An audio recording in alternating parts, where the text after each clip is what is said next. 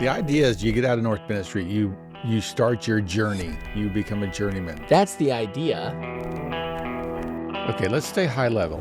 Okay, you're getting into too much detail. Okay. What changed? Why are you back? He just kept begging me to come back, and like, dude, all right.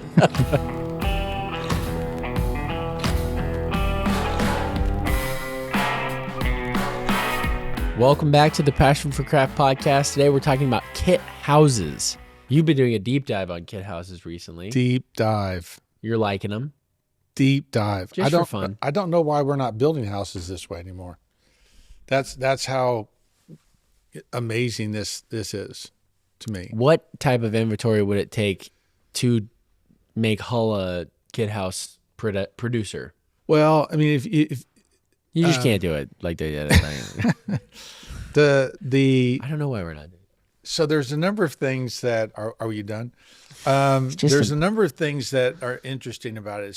It starts in the early 1900s. It basically has like a 50-year life from the early 1900s to about 1950. Now, why does it stop being a thing in 1950? Industrial Revolution. Why? Think about houses today Because it's assembly line houses now. and what? Consider that this was a cheaper house. What's the cheap house version that they do today? Mobile homes? Mobile homes, right? The mobile home industry, when it grows up and gets really big, ends up knocking out this kind of this lower Oh, that's sad. lower industry, lower end piece that they did. Now, there's a wonder time. The other thing that happens to this kit building industry is that the Great Depression just knocks it on its rear end. Sears gets out at that time. Montgomery Ward's gets out of it. Aladdin is one of the oldest ones. It lasts until I think the 80s or the 90s, but they were kit house things. One of the things that's fascinating to me is that these kit houses, a lot of them, I think starting in the early 1900s, started having ready cut. They called it the ready cut system. But basically the studs and all the different pieces were cut to size. Okay. And then the pieces would be stamped. And one of the ways they say that you can tell a kit built house versus another house is because the ends of the boards will have a number stamped on them. And the way they did it was that they had a lot of rooms the same sizes so that the roof joist could also, the ceiling joist could also be the wall studs and things like that, because they made the rooms in certain sizes so that a bunch of different sizes could work together. What? But there was I think it was Aladdin or somebody that actually had, instead of just having the plate and a stamp there, they actually had a slot where you'd actually stick the rafter end pre-cut. Like a notch? Like a notch, so that you knew exactly where the joist was supposed to go or the stud was supposed to go. So it was crazy because they would send these parts and pieces on two railroad cars. Okay. So you think about two railroad cars, and they would alternate the delivery of it so that by the time you finished your framing and things like that, the next load would show up so you could do your interiors and start doing your sheathing so things wouldn't sit in the rain for too long. Yeah. But they also, these houses were, there became guys who in cities would build houses and got their reputation as being kit house builders. So there was carpenters who were actually, I put up a number of those, and they would say to them, hey, if you're building in Des Moines, talk to Joe. He's built 6 or 7 of these houses. Whoa. But what I don't understand is they weren't leading. Okay, but look at these pictures. Okay, look how charming these things are. They're beautiful. Sears, of course, wanted to sell you also the dining room table and the hall clock and the piano and everything else. So it made total sense for Sears and Montgomery Ward's, because you got the catalog. Basically, Sears starts as a catalog company in the 1880s, selling watches, selling secondhand watches. That's how they started. And Sears hired Roebuck because Roebuck was a watch repairman. remember at this time the railroad system is going all over the country, and they're trying to promote the railroad system, and they basically make it free to send catalogs. And so these catalogs are, instead of being mailed, or there's a free, it's free to send their catalog. So their catalog starts growing. They start adding all these parts and pieces to it. So by the early 1900s, they're offering everything, bicycles and household products, and they start selling building materials.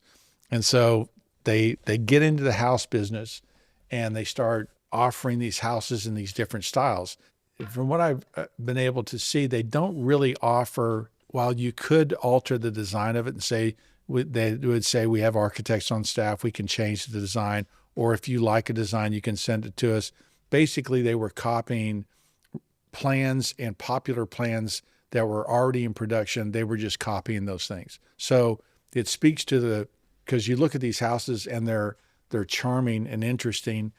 They're not architecturally pure, but they're good houses. They're charming houses. And so, and Are then most of them cottages, would you call them? yeah, most of them were smaller because most of the market for these things were farmers.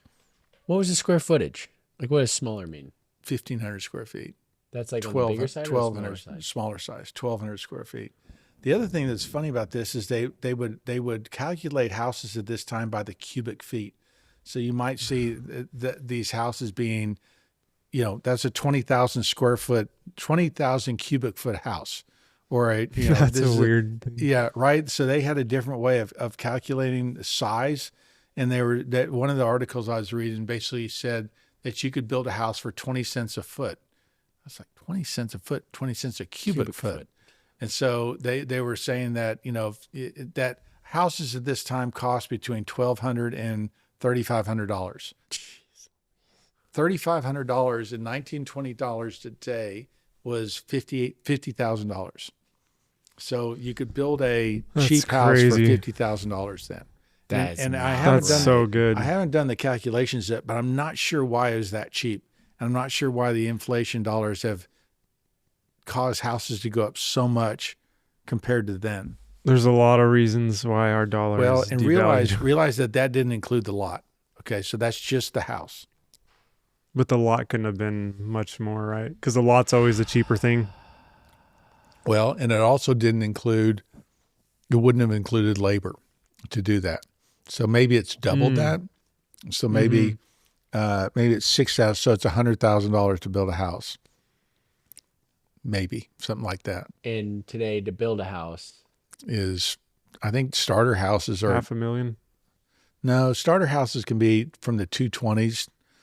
I think they're more than that. I think there's some houses from the starter houses from the 160s, depending on where you are. But I mean, I don't think you're getting a good house for under 300,000. Jeez Louise. And so you think about things like one of the things I want to do is just compare it to way a house is built today. What's different? Well, we've talked about this before on the show. The sheathing of a new house is basically cardboard. Sheathing in one of these houses would be a 1x12, 3/4 of an inch thick, Stacked up. Yeah, stacked up. And so the sheathing on this house would have been boards that were nailed tank. to it, shiplap boards. What? It's like a tank compared to Totally it is. Wait, so The trim, there's clamshell. the sheathing is 1x12 stacked 3 deep? No, on top of each other. Yeah. Oh, Like yeah. horizontally, like Okay, great, shiplap. great. Yeah. Yeah. I was like, wait. Have you seen the sheathing that we're talking about? It's like a 16th inch thick piece of paper. Maybe an 1/8 inch, right? 1/8 piece of paper? Like a piece of cardboard. like You a could cardboard. just punch through it. What? You could totally punch through it. Yeah. Instead of like plywood? Yeah. Yeah, instead of like OSB even. What? Yes. No, I haven't seen that actually. So That's it's crazy. you talked about it. I've been thinking about it since I've seen it. There has to be some sheer strength that In that cardboard, yeah. it just doesn't. The building isn't able to rack when that stuff is nailed to it. Maybe it's I'm the sheetrock that suspecting. holds it. Well, I mean, the reason you're supposed to You're have probably right. sheathing on a house is like this to keep from I know. Racking. racking. Yeah. It's- That's like one I of the think it's main got to be concerns. illegal. And that's got to be, but they do Well, it. it's also an exterior layer. It's like one of the No, it's buildups. the exterior layer. Well, then you got Wait, brick on top what? of that. Oh, yeah. But you're putting stuff out there. Oh, like, you're putting like a siding, or yeah. something. But if But that that's just siding's decorative. plastic, then not a good look. That's very interesting.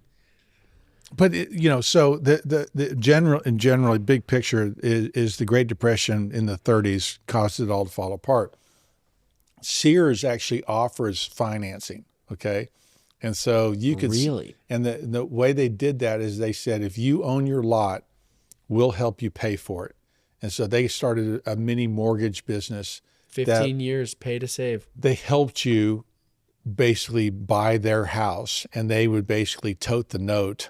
And the reason they stopped building houses after the Great Depression is because they were left hanging with a ton of mortgages that they couldn't, that people weren't able to pay. And in some cases, I read that they would let you pay interest only for a long time till you got back on your feet. So Sears got really hurt by the Great Depression and that hang. But I mean, that house right there is so charming to me. I don't know why we don't build houses That like front that. of that house is exactly like my house. It's a little, just it's similar flipped. to your house, isn't it? Yeah, just the gable end and the chimney. Maybe your house is a kid house. I bet it is. When was it built? 38. That'd have been late for a kid house. But What was the biggest size kid house, though? well, the Magnolia, which is the big 2-story thing that they did. And there's some examples. How many cubic feet we have there? Jeez, that's big, though. Yeah, big house. Now that wasn't typical. A lot of these things, and see, it's already cut, okay, and fitted 6488, but What is honor built? that's the name of their Sears Honor Built house. Got it. And so most houses were smaller cottages because a lot of these things were sent out to farms, sent out to where there wasn't a lot of labor, and they needed a system like this so they could put the house together. Maybe, their family, you and your sons basically build the house, and you have all these parts and pieces. If you look at the Montgomery Ward's catalogs, their kit houses, the Wardway house is also another one. They'll show on the cover of these magazines the parts and pieces and actually how they came from the thing, where they actually have columns crated up, or the doors, or the That's bananas. What tools would come along with this kind of thing? Oh, I guess you're doing plumbing too in the house. I don't think you had any tools that Sears would send you. So anyway, it would come from a factory like that. And the reason why you started this thing, like what did Brent Hole did? Wardway did not have their own factories. Okay, they bought everything from Gordon Van Tyne. Okay, Gordon Van Tyne was up in Davenport, but you'll see that they had a factory in Mississippi, a factory in Ohio, and a factory somewhere else. And so they basically bought these lumber yards in different areas of the country so that they could send things out. And they would have a millwork plant in Ohio and in all these different places. And so they kind of spread out the manufacturing. It wasn't just in one place. And they bought these mills based on where they needed the lumber and where they needed the stuff so that they could ship it directly, quickly, easily. Yeah, look at that. No matter where they live. Yeah, so there it is. They have 4 plants, right, that they were shipping from and where they were shipping to. And how would you bring this up to doing it today? What would that look like? I have no desire to do it today. I think I have a huge desire to do it today because I think the quality of building is low. I think the quality of design is even lower. And so I think I could copy 10 house plans out of this, 10 house plans, give them a modern floor plan instead of an old-fashioned floor plan, bigger kitchen, bigger living room, things like that.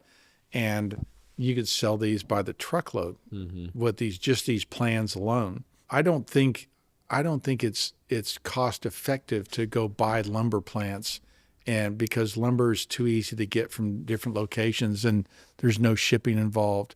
And but one thing I'm hearing from our people is that things like, where do I find good doors? Where do I find good mantles? Where do I find good hardware? Where do I find things that would be appropriate to that style of house? I think those things are actually easy to bring together and make work. So that I don't think I wouldn't ship a house like this in 2 rail cars anymore, because I don't think that's cost effective. But there are parts and pieces of this thing that I think are still very relevant today and appropriate and could work. Would you ship any of it or just give them a list? I think you'd ship trim. I think you'd ship. I mean, how many good moldings are there out there? I mean, Windsor and Kukin are shipping their moldings around the country now. But there aren't any national molding brands that I think are very good. So most moldings at big box stores are terrible. So moldings would be something.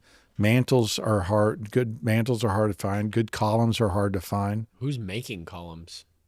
Well, there's a custom company that makes columns for us up in New York. They turn them. I mean, Chadsworth is someone we've used before. They have a bunch of composites things, but they're architecturally correct. And so there's like even just to say I want an architecturally correct column, I find people are having a hard time getting that right. When I do a video on columns and things like that, people are, well, where do I get one? Where do I find this?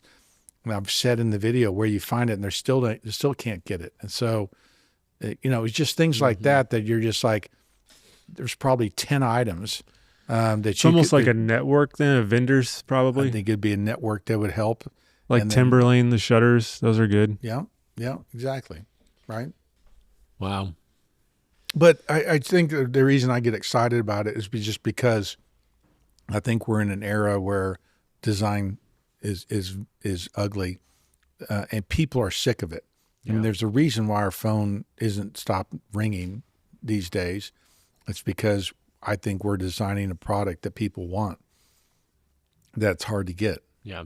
Would you ever do, I think we've talked about it before, but would you ever do like a subdivision of stuff like that? Or is that too much to invest in? Like, you have to have big money for that, right? Yeah. I mean, I think it could start out as partnerships. I think you start out finding 3 house design styles that we like and find out whether people really like them as much as I think they'll like them. Mm-hmm.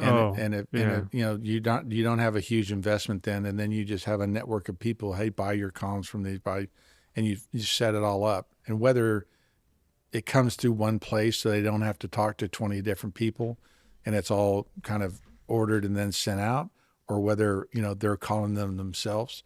Were you talking about a subdivision like a neighborhood? Yeah, like a neighborhood. Oh, you're talking about the neighborhood. Yeah.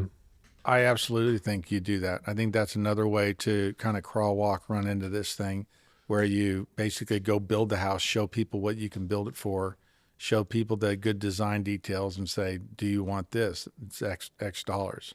Because where I was doing that Blue Jack Ranch stuff for their model home, I did and put the doors in for them.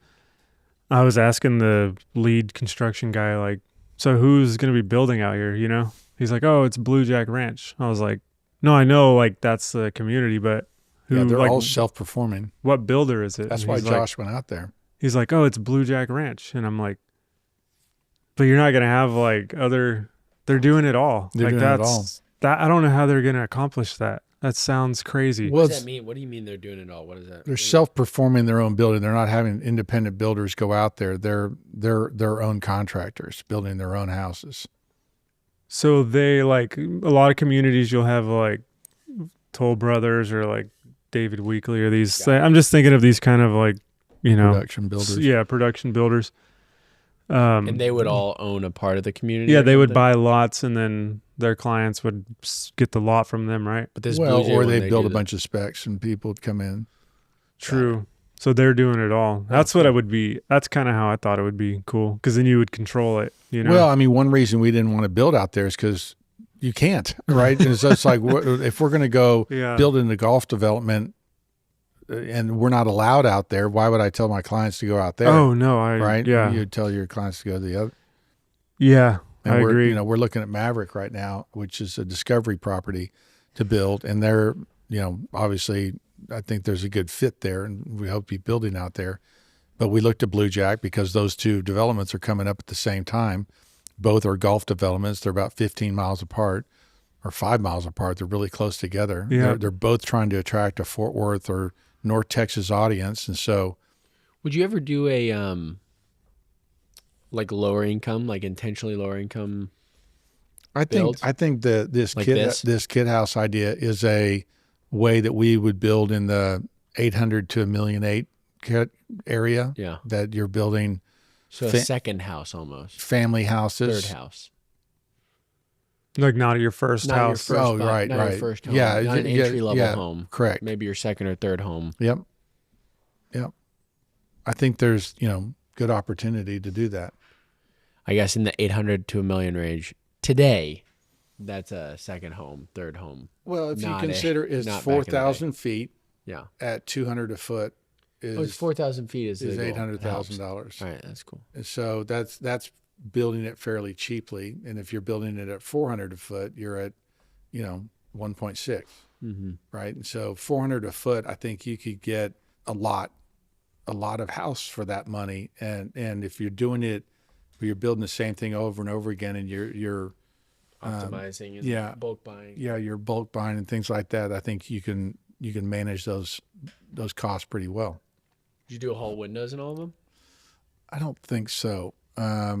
We're trying to improve our manufacturing side so that the cost of our windows, drops Can to go half what it is now. That would be In really which cool. case it'd be very competitive, and I think we would sell a lot more windows at that thing. But our, the whole thing of us becoming a moving away from a job shop where everything's custom to more of a production shop, is the challenge we're trying to fight through right now. Mm-hmm. But if we can do it, there's a ton of opportunity. Well, if you could do it, you could actually swing back around and become a custom shop again. Mhm. No doubt. And Which is we're thinking ironic. that existing shop becomes a custom shop restoration shop, Mm-hmm. and we would have a whole new plant that would be set up to run Yeah. the whole the 100-year door, 100-year window, 100-year column, right? You could have all of those different Nice. That would be awesome. products that would last, Yeah. be very long lasting and very well built. That's really cool. That'd be cool to see a plant. You set up a dedicated plant. Because I just took that tour to Windsor. Oh yeah. That's just so cool to see a board come in and then get spit out as like a nice. Well, I mean, molding. That's the way, if you think about the manufacturers in 1920 that used to do this, like Curtis or, even Sears, and the way they were making things, they were making everything in those plants. And then you think about a Windsor or Kukin, and all they're doing is running moldings with, think about if Windsor made doors and windows and cabinets. And I mean, that plant would be 10 20 times Yeah. the size of it is. And the specificity of that, of the way they're making things and the work that they're doing to make that happen, it's just everything's become compartmentalized, and that you don't have those big mills doing everything anymore. They just do one thing, try to do it really well. Mm. So it's almost like you could use that existing network and just. I'm sending think you could. I'm sending your Windsor stuff here. I think you I'm could. sending your shutters from here. All your hardware is coming from here. Right. That's, it's kind of better now because you don't have to manage everything. Right. Right. The investment isn't as much, and I think that it's You're drop shipping. Yeah. yeah. I mean, it's Then you get a prettier home quicker. Yeah. and you get a well built, well thought out from a bunch of different people. Yeah. That's really cool. I feel like wouldn't it be cheaper though, like than 1.6 million? Or is that just with all the bells and whistles? Like, I don't know. Yeah. I haven't done the math on it and figured out. I mean, Well, a 4,000 square foot house for that amount is like, I get it, if you look this area, I if you guess look it's on the all- market today, I mean, I think that's a very competitive house in our market. okay. Maybe it's $1.2 million. The but market's squirrely right now, it though. just It's depends. hard to figure it out. I think that there's so many cheap. I think about doors that go into those new houses that are just basically hollow styrofoam and Pictures of a cardboard. door. Yeah. They are, and just my hope would be that all of those individual things, the moldings wouldn't be MDF, the doors wouldn't be hollow cardboard, there would be more moldings, there would be wood floors and not vinyl, and so I would try to give someone something that is really something they could live in for the rest of their lives, and not it's not disposable, because both of those things, those cardboard doors and the MDF, that's disposable material, and it's not real, and it off gases, and it's not healthy, and it's not right. It's just It is so funny. We've been doing a lot of these house tours, and well, a lot. I've been on 2 house tours, but I've seen like 4 houses seen at eight each houses. one. Yeah. So it's just funny because we're at this one house, and someone had taken like an MDF door or like the cardboard doors and had cut the bottom off of it entirely. And so like you could see it to fit a smaller opening. And so you could see like the top part of this door. It was just funny. And it's a disposable material. We're looking at a lot of these homes, and I'm like feeling the front door. I'm like, is it metal or is it wood? And then, what's going on inside these homes? And those are the things I'm looking at. I think our realtor's looking at me like, what are you doing? Like, what are you checking? No one looks at those. No one questions those things anymore. Right. Anyway. So cool. So you think you could do it? I am deeply exploring it. Yeah. Well, that's really cool. Yeah. How much variety would you try and do? I think you could have 20 different house styles. Wow. Does that journey start at the design team? Because I believe that design is the point of difference for us. Yeah. Right. That our designs are going to be more authentic and better. Right. I think because of that, design is the front of it. And so you would start by offering house plans and see what people think and whether they appreciate that. And then whether they're following it up with, well, where can I get the doors? Where can I get the windows? Where can I get? Then you would take that and go, okay, well, let me connect you with those people. So Right. I think you could, slowly move into this and see whether it works. But yes, I think it starts with the design. What would you do with? It could also start with development, where you actually do your own neighborhood, Yeah. whether it's a 10 lot or 100 lot. You would try it out and see if the market appreciates what you're bringing to it. Cool. Well, that's really neat. What do you think of that? Like the plan that you're talking about? Yeah. Do you go like, nah, no one's going to do that, or do you look at it and go, no, I see that? I definitely see that there would be a demand for it. It sounds like a logistical nightmare, but I mean, Sears did it. Someone figured it out. So I think if you could figure out the logistics of it, that's going to be the hardest part. I think what would be cool is to do like a little neighborhood of your own, because then you have like total control over it. And I think the reaction that you would get would be probably beyond your wildest dreams. I think people would be A lot more charming, a lot more. I think people would be freaking out, like the whole like true historic but new neighborhood, like Right. that would be like, I was just over Mark had a squirrel in his attic, so I was telling you about that. I was like, can I see your Gidley room again? He's like, yeah, come on. And then it turns into like an hour tour of him talking about all this stuff. That's cool. That's the stuff I think that you bring that is like crazy. Like once people see that, it's like I wish you had a giant showroom, almost like a public, Yeah. like your own winter tour, I know. because people could see that and be like when I came in here and it clicked, I was like, this is like way different, So I think you could do that with a model home. I think you could, yeah. people could walk in and go, wait, where am I? Yeah. What's going on? Mm-hmm. I think. Yeah, it's very inspirational. So if he had his own neighborhood, or even just a few houses, I don't know, like it would be crazy for you to do that. I think that what you would get from the public would be like, I'm buying that. Like it would be bidding wars on it. That's what I think. Yeah, I That's think what so. think. But I'm just don't know. So it's a big bet, right? The cost is. Well, that's the why I'm cost is thinking where you have to everything crawl, comes in. walk, run into this thing. Does the market appreciate the design? Do they appreciate the products that you bring to it?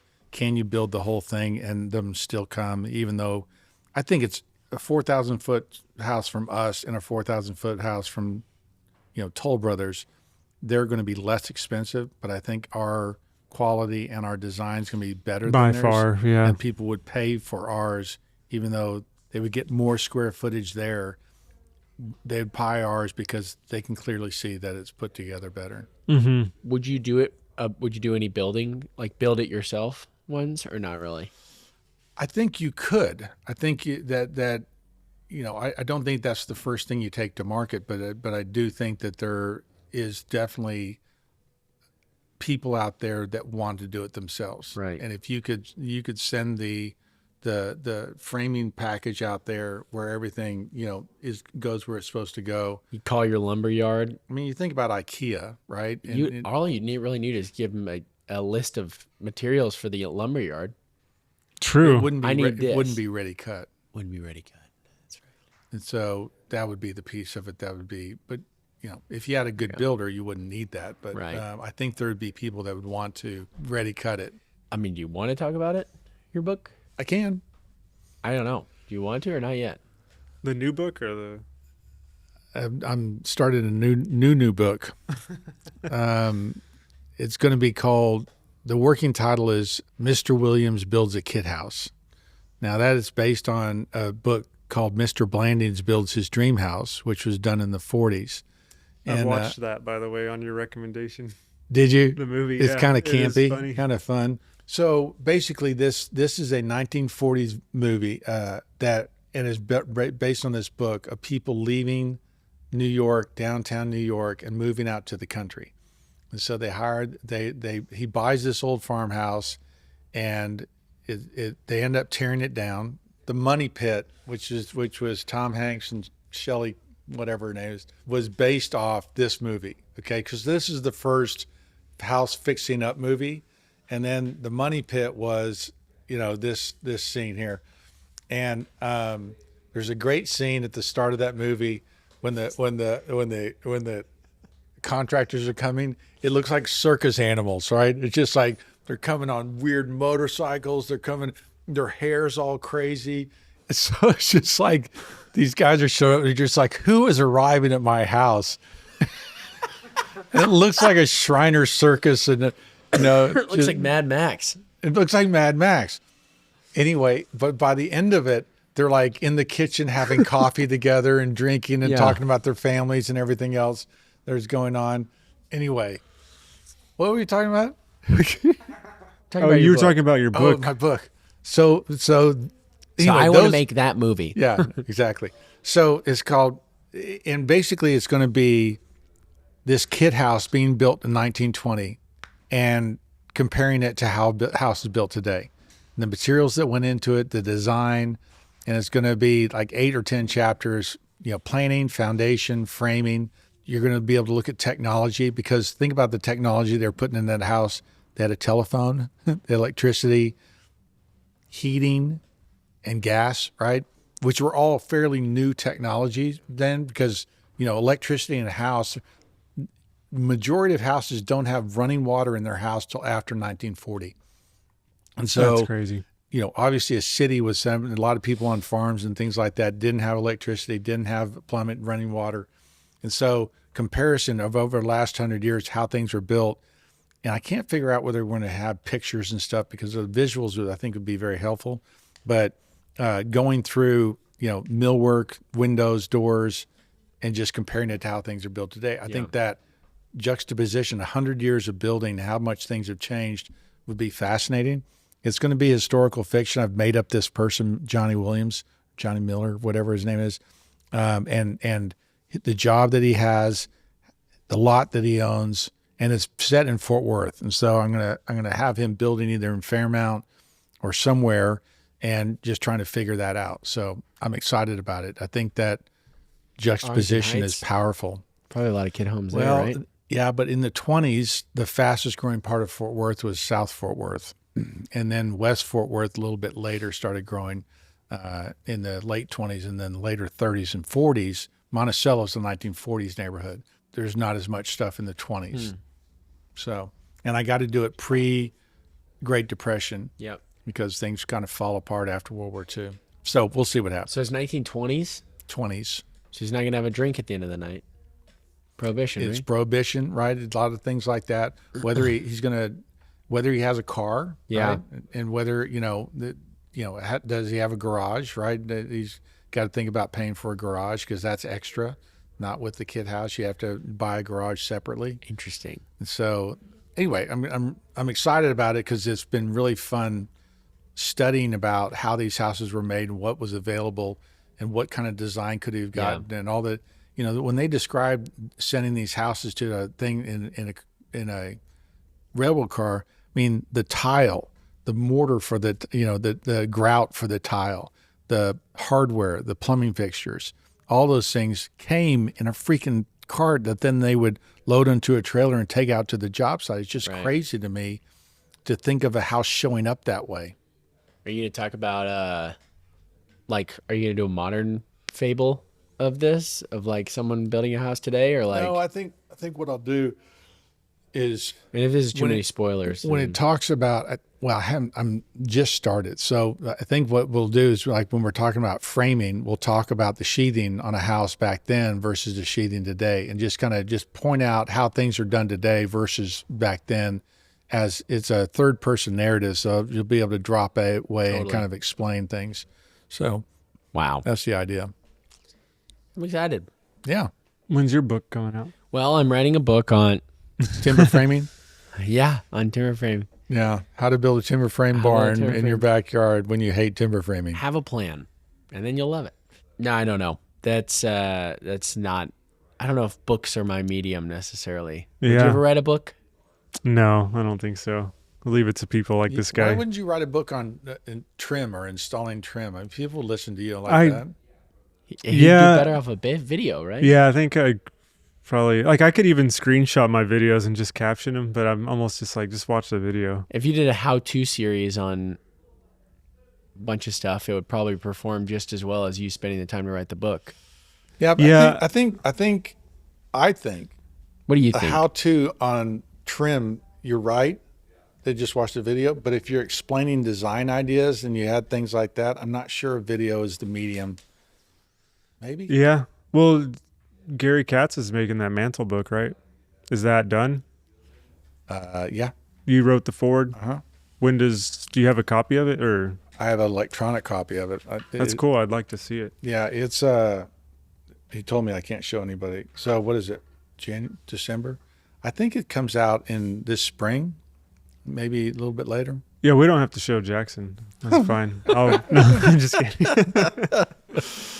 No, I'm looking forward to because he's a trim carpenter who's writing this book on mantles. That's cool, Yeah. See how that medium conveys. Yeah. I mean, I remember Gary and I have known each other a long time. I mean, I remember him when he started his This Is Carpentry, because he was a frequent writer to Fine Home Building and GLC, and he wrote a lot of articles, and so he was excited about This Is Carpentry because it was basically going to be his chance to be very specific about. And I guess I'm saying all that thinking he didn't write a book after he basically was all videos. I don't think he ever. But he wrote like every video he made, he had like an article to go with it, and they're really good articles. We use his videos all the time. Really? That is like, how do we do this? Okay, we're gonna go look it up. This is carpentry. Boom. That's where we find it. It's amazing. And he doesn't play around. He gets to the good. point, and it makes sense. And his delivery is just like a teacher. Yeah. So I very watched good. him at JLC Live. He'd have 100 people in there watching him cut trim, and it was amazing. It was like, how is he engaging these people? Like I was sitting there going, I know how to do what he's doing, but I'm sitting there watching it going, Yeah. Oh, yeah. And the way he would just talk to you and the way he would explain things, he's very good. Very masterful at it. Yeah. I'm supposed to be Very good. going there in March, JLC? but not to perform like that, just to JLC? be part of Windsor's booth. Yeah. Oh, good. Oh, that's cool. Yeah. We'll see. Have you started doing build show stuff yet? Well, the build show told me just keep making your stuff, and we're going to put it on our website.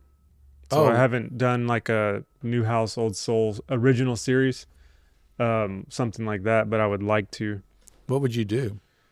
I don't know. I think it would be cool to, now that you got me into traveling, go to like significantly cool historic molding places, like where there's carpentry, and look at some stuff. I think if you did your mantle again, But all by hand. yeah, well just as Carved out. just as a, because you kind of made it up as you went along. But if you Yeah. had your design, went to an historic house, had a design, and then made it and showed everybody how you made it, that'd be a really good series. That would be, yeah. And Matt said to me that he wants to see me trim out a whole house, start to finish. I Yeah. think that would be cool too.